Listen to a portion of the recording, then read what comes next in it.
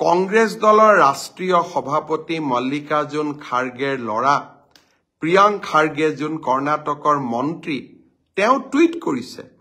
যে semi conductor ইণ্ডাষ্ট্ৰিটো কৰ্ণাটকতহে হ'ব লাগিছিল অসমত কেনেকৈ সেমি কণ্ডাক্টৰ ইণ্ডাষ্ট্ৰি হ'ব পাৰে মই আজি আপোনালোকক গৌৰৱেৰে ক'ব খুজিছো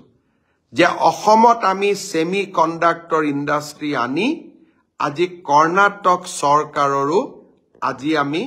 টোপনি হেৰুৱাই পেলুৱাইছো তেওঁলোকে শুব পৰা নাই যে অসমৰ দৰে দুখীয়া দেশ এখনে কেনেকৈ সেমি কণ্ডাক্টৰ আনিব পাৰিলে মই কৰ্ণাটকৰ মন্ত্ৰীগৰাকী ক'ব খুজিছো অকল সেমি কণ্ডাক্টৰতে আমি থমকি নৰওঁ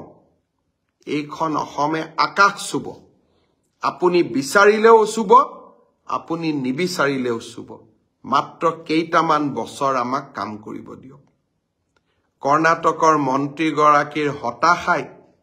কংগ্ৰেছৰ ৰাষ্ট্ৰীয় অধ্যক্ষগৰাকীৰ হতাশাই তেওঁৰ পুত্ৰৰ হতাশাই মোক আকৌ এবাৰ কৰবাত নহয় কৰবাত আত্মবিশ্বাসী কৰি তুলিলে মই বুজি পালো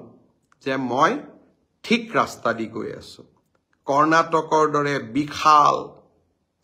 বৃহৎ ৰাজ্য এখনৰ মন্ত্ৰীও যেতিয়া অসমক নিজৰ লগত তুলনা কৰে কৰবাত নহয় কৰবাত অসমৰ মহত্ব ৰাষ্ট্ৰীয় ৰাজনীতিত অসমৰ গুৰুত্ব পূৰ্ণভাৱে প্ৰকাশিত হৈছে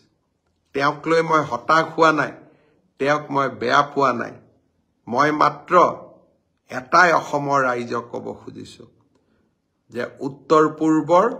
এই সৰু ৰাজ্যখনে আজি কৰ্ণাটকৰ দৰে বিশাল ৰাজ্যৰ মন্ত্ৰীৰ চকুৰ পৰা টোপনি কাঢ়ি লৈ যাব পাৰিছে